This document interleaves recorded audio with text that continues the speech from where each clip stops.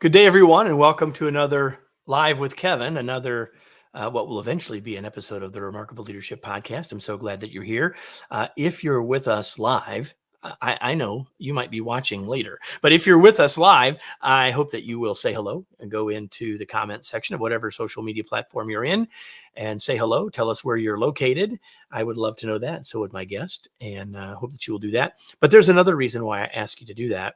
It's because I want to get you used to using your fingers during the next few minutes, because I want you to engage with us. I want you to imagine that you were joining us around a table. I and my guest and you, we were around a table having a conversation. And if that were the case, if you had a question, you would ask it. If you had a comment, you would share it. If you had an idea, you would offer it, right? Like we would naturally do that. Well, while we can't be in the same physical location, you can still do that by letting your fingers do the walking and asking those questions, sharing those comments, etc., in the comments of whatever social platform you're on. If you'll do that, this will be a better conversation. You might get a specific question you have answered if I can get that worked in. But listen, if you can do that, this will be a better experience for you and eventually a better episode of the Remarkable Leadership Podcast. So now that I've welcomed you and done that, I have mentioned this will also be eventually in our podcast. So what I'm going to do now is do a break. So where we will do the cut for the podcast feed itself. And so, Marissa, this is for you in 3, 2, 1. We say we want innovation. Corporations say they're innovating, but is it an illusion? What factors are thwarting innovation, and how do we remove those barriers? These are big picture questions worth exploring, and that's what we're going to do here today. Welcome to the next episode of the Remarkable Leadership Podcast, where we are helping leaders grow personally and professionally to lead more effectively and make a bigger difference for their teams, organizations, and the world. If you are listening to this podcast, you could be live for future episodes on your favorite social media platform. To find out when those are happening and how you can get involved, you can join us in our groups on both Facebook and LinkedIn, although we are on other platforms as well. Go to remarkablepodcast.com/Facebook or remarkablepodcast.com/LinkedIn to join us and find out when we'll be live so you can join us then. Today's episode is brought to you by my upcoming book, Flexible Leadership, Navigating Uncertainty and Leading with Confidence. This book gives you a new perspective and skill set to lead in challenging times in a more effective, flexible, and confident way. Pre-ordering your book now guarantees you the best possible price and to be an early adopter of these groundbreaking ideas.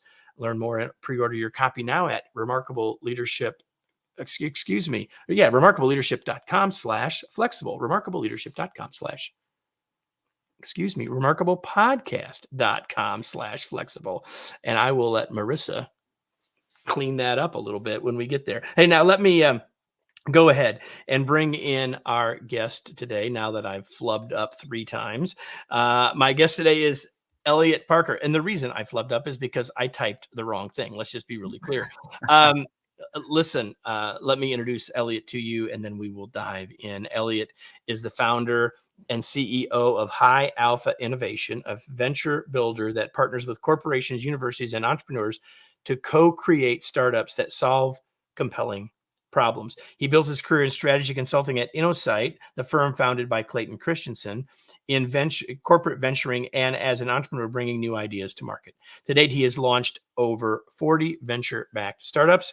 Originally from California, he currently resides with his family near me in Indianapolis or Carmel, Indiana. He earned his BS in finance from BYU and his MBA from the UCLA Anderson School of Management. He is the author of the new book, The Illusion of Innovation, Escape Efficiency and Unleash Radical Progress. He's our guest today, and I'm so glad you're here, Elliott. Thanks for being here. So am I. Thanks for having me.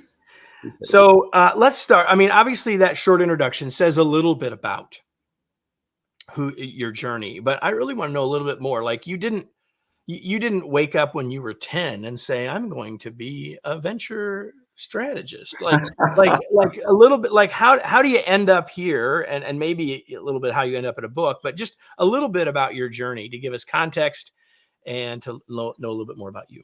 Yeah, yeah. Okay, so I began my career. I had a really fun job. I was working with at a company called Arthur Anderson, and those who have been around for a while will know about Arthur Anderson. When it Famous. was one of the big five, the big seven, the big three, it all depends, right? Yeah, yeah, yeah. I mean, 100-year record as a accounting and consulting firm, and imploded over the course of about 6 weeks. And for me, that was a remarkable teaching moment because here I was brand new out of undergrad. I thought I've landed my job. This place is rock solid. It's going to be here for a while. It's going to give me all sorts of options. And then a couple of years in, it was gone. And learned that big companies can be pretty risky and pretty fragile. They can appear very stable, and often they're not. And a few years later, I was working got my MBA, started a couple of companies in business school, and ended up getting a job in corporate venture capital later. And first week on the job, I'm in the office headquarters, looking out in the parking lot, thousands of cars in the parking lot, knowing that this company had been started by someone 25 years before in his garage. And thinking, that's remarkable. What an impact. Each of those cars represented a person, their loved ones, and the ability to do what they wanted to do in life because this company existed and was not only solving important problems in the world, but enabling the people there to have opportunities. And I thought that is an admirable thing to do, to start businesses that can grow and scale and solve big problems. And I come from a long line of entrepreneurs, as far back as I can track. It's in the blood. Can't get away from it. And decided that I wanted to be an entrepreneur also. And maybe there's a way to do this at scale where we could launch a bunch of companies and create as much opportunity for as many people as we can while solving really important problems.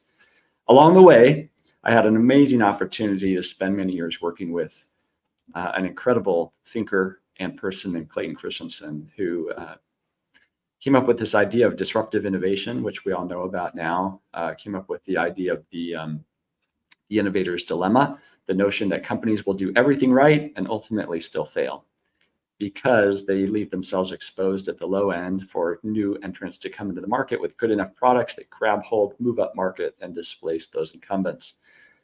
Really hard problem to solve.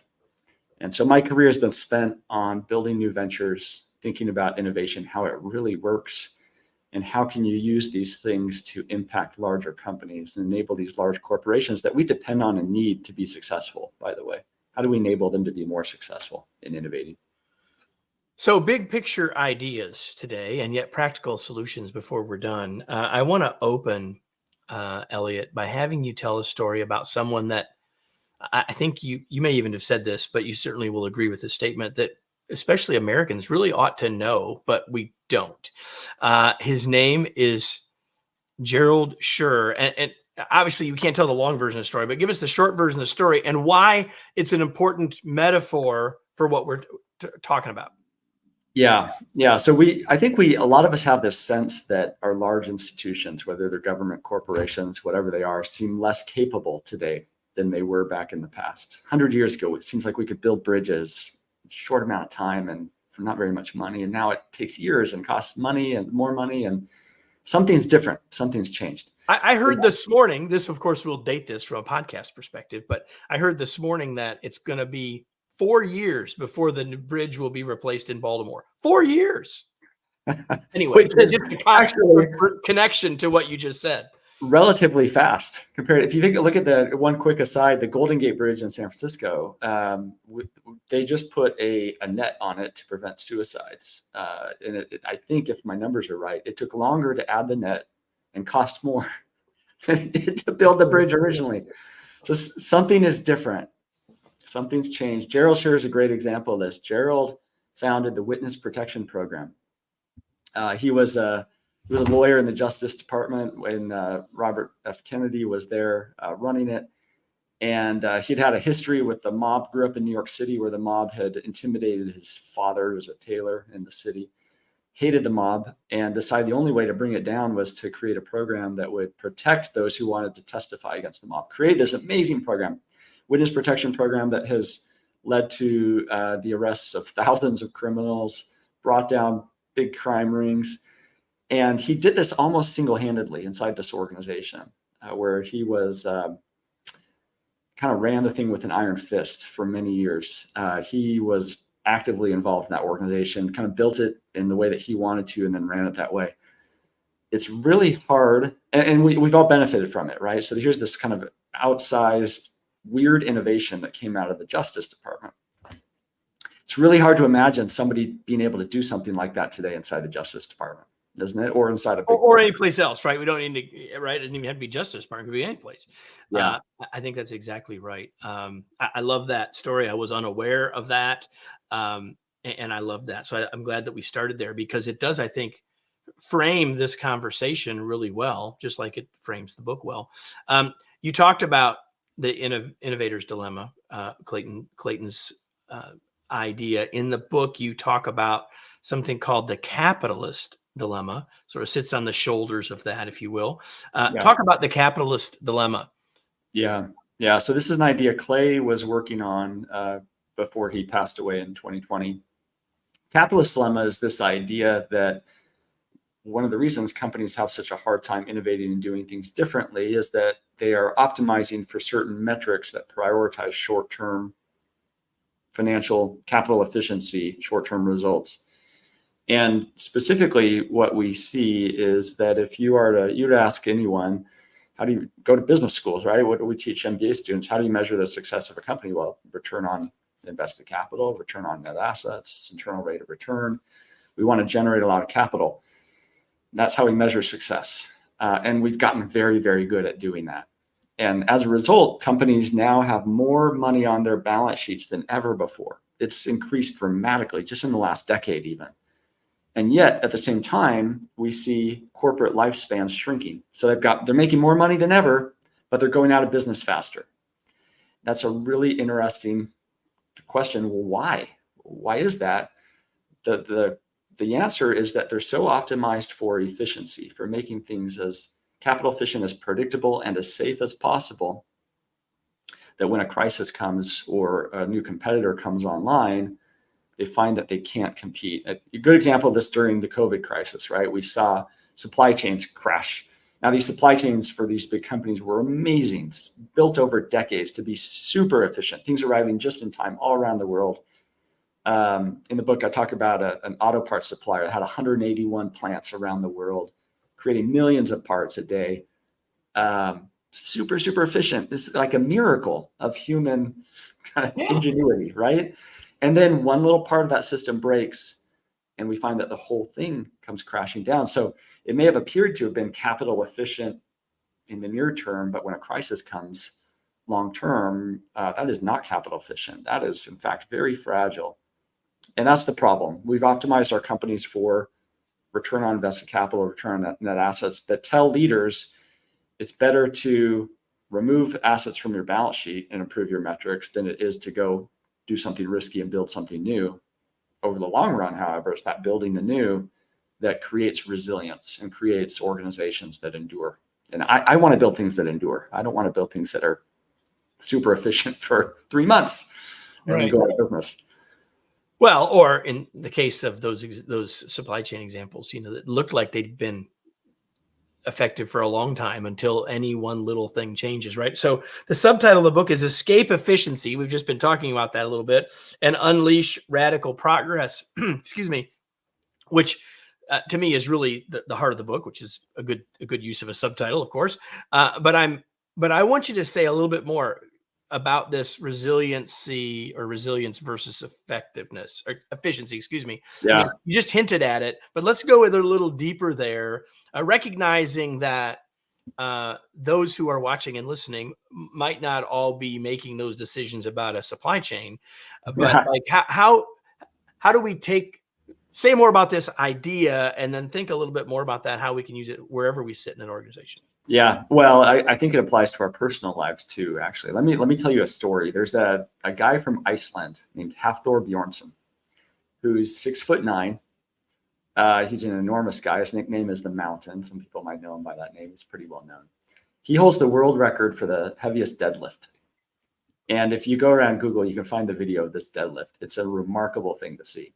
Over 1,100 pounds, 501 kilos. The previous record was 500 kilos. He wanted to break it just by 1 kilo to spite the guy who had the previous record. We got done with the lift. He's like, I could have done more, but I just wanted to just beat him, just barely. No one had ever done that in the history of the world before. An amazing feat. Now, he has some natural abilities that enable him to do this. Being 6'9" helps, right? It would help compared to, I don't know how tall you are because I can only see you from the shoulders up. I'm guessing you're not 6'9". I know that I am. Yeah. I couldn't do it. I would never do it. But he also had to prepare for a couple of years. He was working out, doing these strenuous workouts where he had to train his mind and his body to interact better, to tear down muscle, build it up. He had to eat 5 meals a day, full meals, 10,000 calories a day. By the time he did the lift, he weighed 450 pounds. Crazy. He does this lift, he gets done, and the stress of it was so intense that he bled from his eye sockets. So now you're saying we can watch this on YouTube? You don't see the bleeding from the eye sockets, okay, fortunately, but you can see him do the work. I'm kind of glad about that, actually. But here's the remarkable thing. When we run our businesses or when we operate in our lives as well, I think this is true of us individually.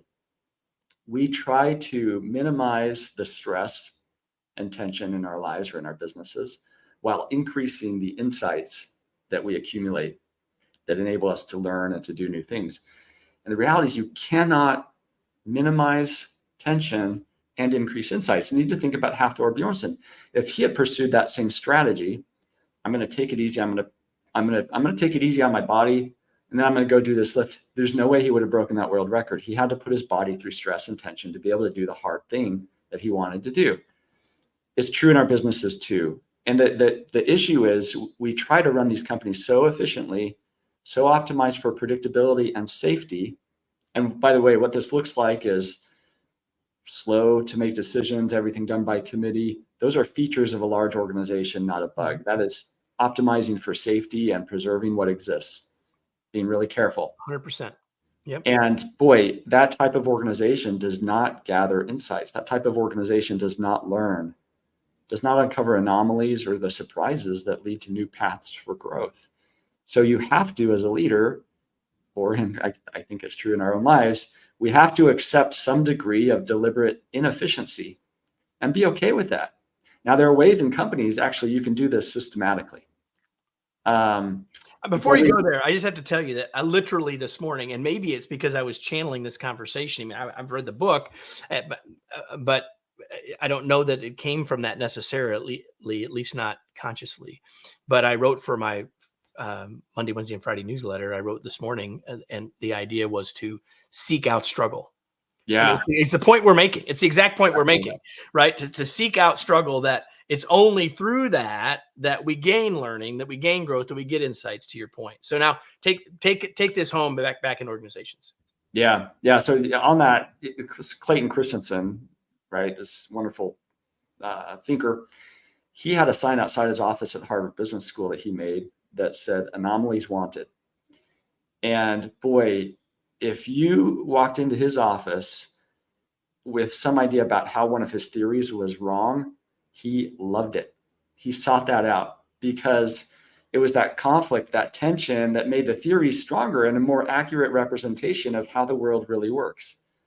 The problem is in our organizations, when we think about the way that we innovate or the experiments that we run, often those experiments are designed to reinforce what the organization already knows, or already believes to be true.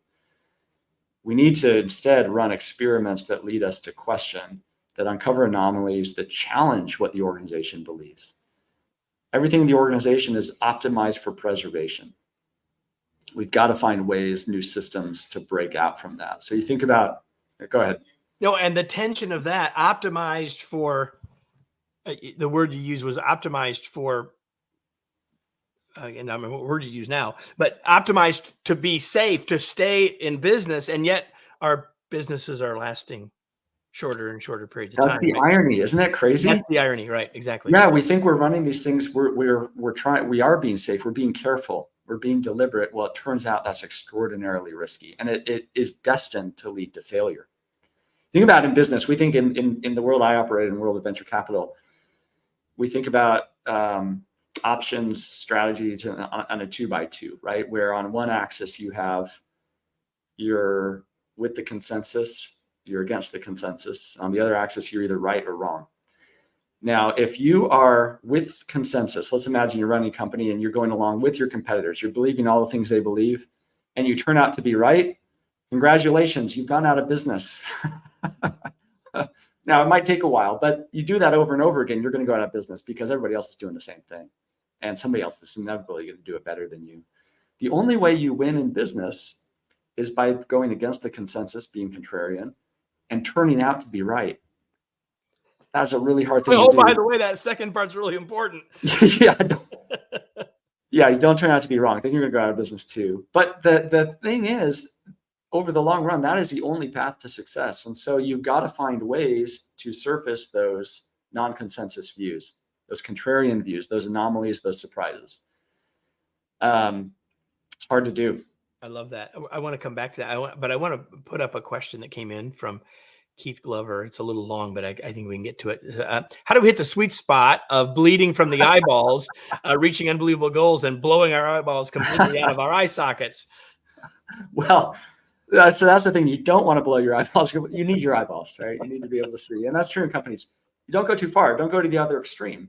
The extreme we often operate on is to say hyper efficiency, remove all error from the system. The person who personified this really well was Jack Welch when he was running GE back in the 80s, 90s. He said famously, variance is evil. What he meant by that was we're going to remove all error from the system. Well, that's one extreme. That's not good. But you can imagine what the other extreme would look like, which is complete chaos. That doesn't work either. You're doomed to fail that way too. So we have to find where the sweet spot is in the middle. Between the two of those. Yeah, I think there's and ultimately it comes down to the question, how much innovation do we need and how soon do we need it? The more innovation you need and the sooner you need it, the more deliberate inefficiency you need to bring into your system. The more you need to leave quality, lean practices and allow for variation, right? The more and the sooner you need that. And you're not saying that those are bad things. No, not at all. And most of the innovation we benefit from are incremental improvements or efficiency improvements that lead us to be able to do more with less. Or think about, if I go to the doctor and I'm having surgery, I want that to be super safe and predictable. I don't want that surgeon to be innovating in the operating room. On me.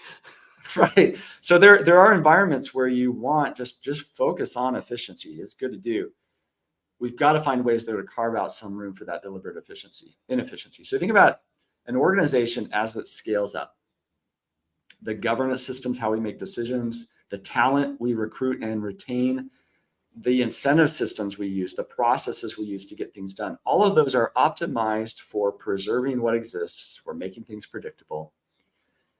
And then we know that these organizations need to innovate. And so often what we see inside these companies is we know we need to bleed from the eye sockets at least a little bit. Everybody knows this. And so what we do is we say, we're going to take the system we've created and we're going to point it toward learning. Well, this is a system that has been designed to execute often at scale, often globally. That is a very different activity than learning, which is inefficient, which is making mistakes, which is doing things that don't make sense. And you cannot take that system designed for hyper efficiency and execution and direct it toward learning and expect it to work. You have to create an entirely new system for that type of innovation that requires a high degree of inefficiency, where you're operating in a world of ambiguity. The way we think about it a lot is you've got two types of problems that companies face. You've got learning problems and execution problems. An execution problem is we know the problem and we know what we probably need to do. We just have to go do it. Corporations are designed to do that better than anything else, better than anyone else. On the other hand, if it's a learning problem where we know what the problem is, but we're not quite sure how to solve it, it's still ambiguous. We've got to go figure it out. Small teams, startups will win almost all the time against large corporations with those types of challenges. And so if you're running a business, you have to first look at, are we is this a learning problem or an execution problem? Because if it's a learning problem and I'm inside a big company, we've got to find a different way to solve this than we typically would. I love that. I think to me, that's one of the really big ideas that we all can take from this. And we can take from, and back to when we were talking earlier about how we can apply this in our personal life. I think the same thing is true. We can ask those same two questions of ourselves, Right. as individuals, as families, as colleagues, or whatever we want to do. We've talked a lot about, and there's a lot of things in the book, and we're talking with Elliott Parker, the author of The Illusion of Innovation here. And there's a lot of stuff that you talk about here that help us see that this is a very prevalent problem, and that it's not necessarily been getting better. You make a lot of really cogent points and talk about that a lot. And yet, at the end of the day, you're optimistic about the future. And even though you say, hey, it's taken us longer to do stuff in big corporations, we're trying to play it safe, we're focused on maybe focus some of the times on the wrong things, and yet you're ultimately optimistic. Why? Yeah. For a few reasons. First of all, what does it mean to be optimistic? It doesn't mean I expect everything to be good from here on out. I do expect. Well, unless everyone reads your book and takes action. Yeah, well, hopefully that might help. I hope.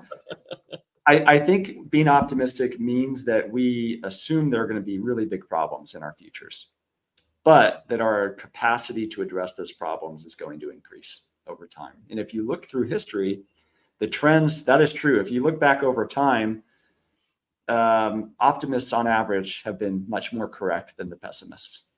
And so if you want to be more correct and more prepared for the future, you should want to be an optimist because you're more likely to be correct.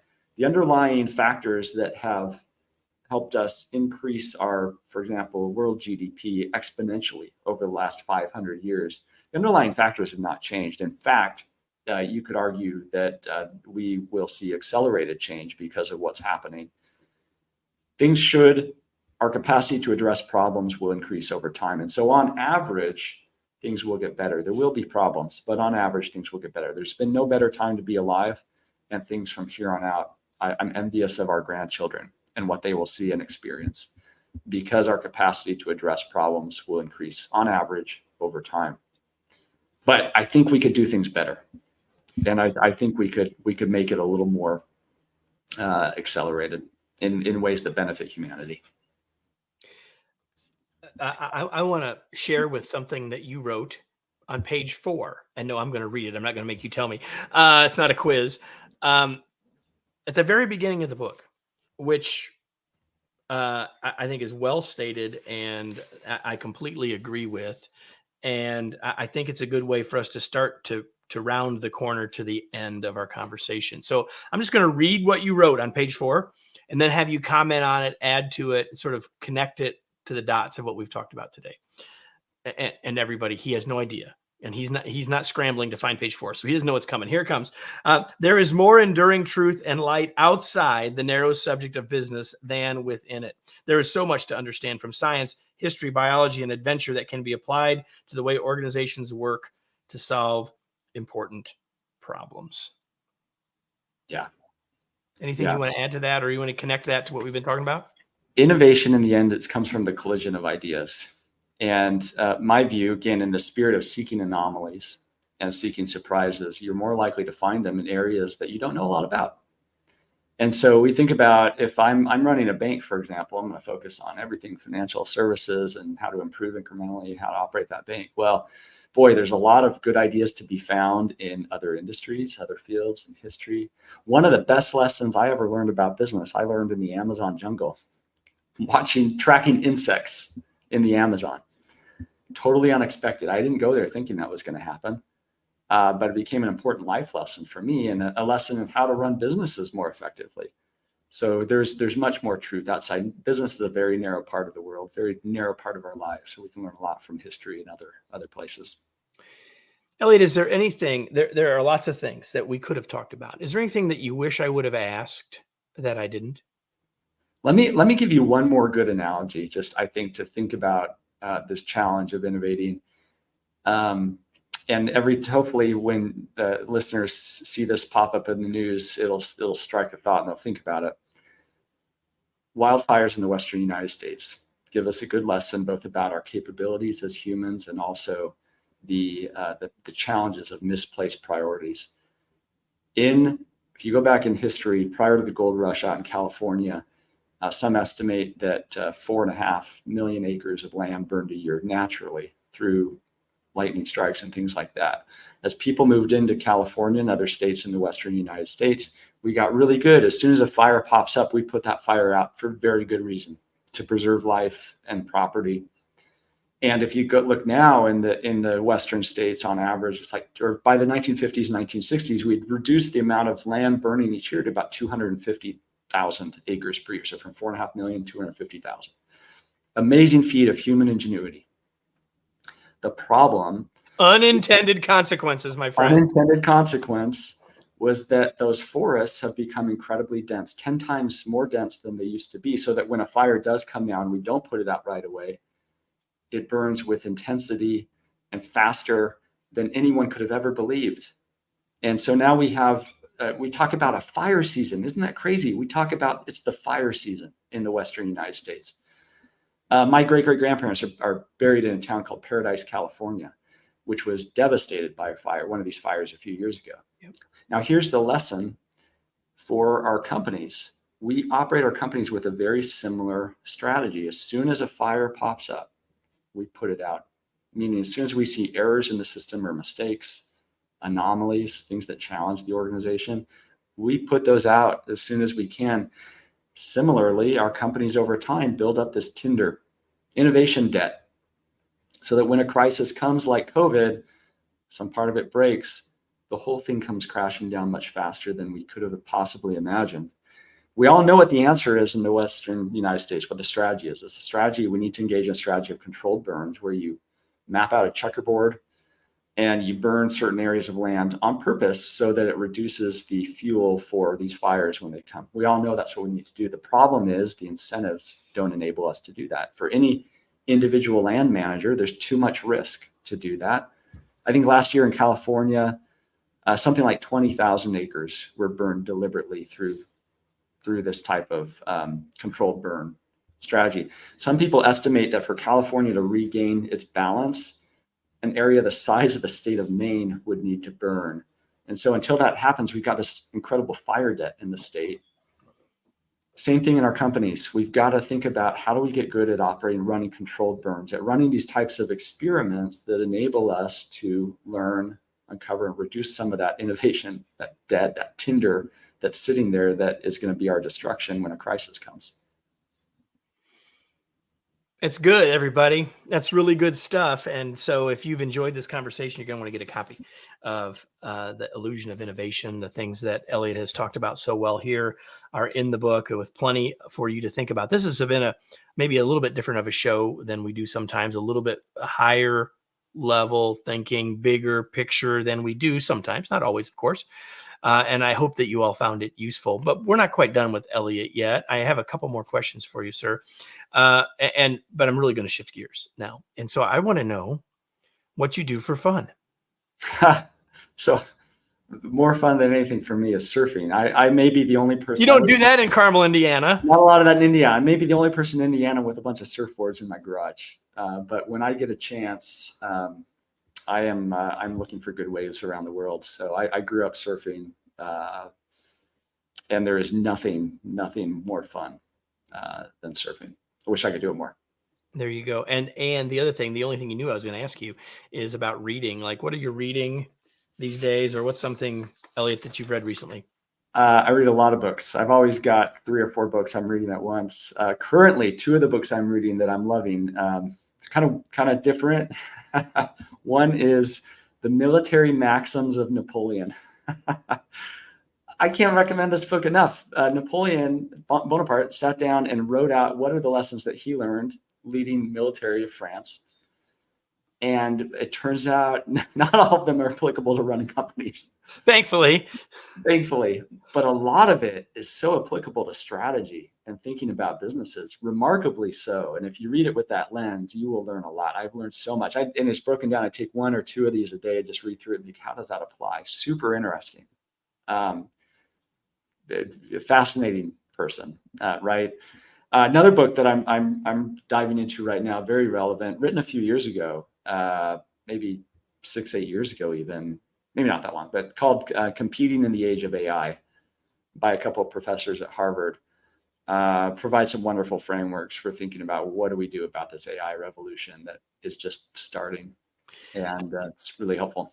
You make 2 observations for everybody. Number one is reading a book about AI that's not recent gives us a different perspective, and obviously reading a book from Napoleon gives us a different perspective. So Elliott is practicing what he's preaching about looking outside of business. Number one, but number two is there's a lot to be said.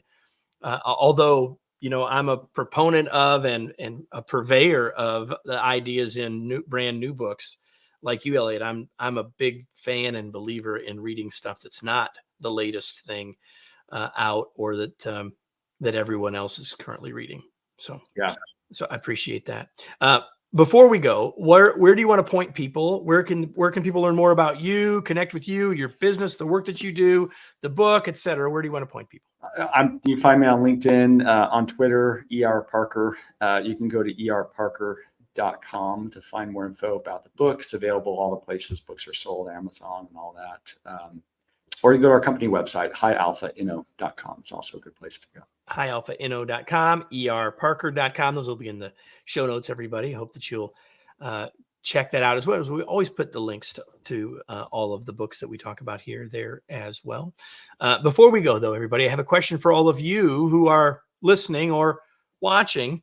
It's a question I ask every week because it's an important question. And the question is, now what? What action will you take as a result of this conversation? What idea did you get that you need to go act on? Because until we take action, it doesn't really matter, right? Like, having ideas are wonderful and having new insights are useful, but only to the degree that we put them into action. Hope that you have thought of some of those things today and are now ready to go out and take action. I hope you'll do that. And Elliott, thanks again for being here. Such a pleasure to have you. As a neighbor, so to speak, to have you here. And to all of you, thanks for being here. Hope you'll come back next week. If you're here on the podcast, you know what to do. Make sure you like the podcast. Make sure you tell somebody else about the podcast. And if you're watching this and don't know about the podcast, wherever you watch podcasts, you can find it. It is the Remarkable Leadership Podcast, and we'll be back next week with another episode. We'll see you then.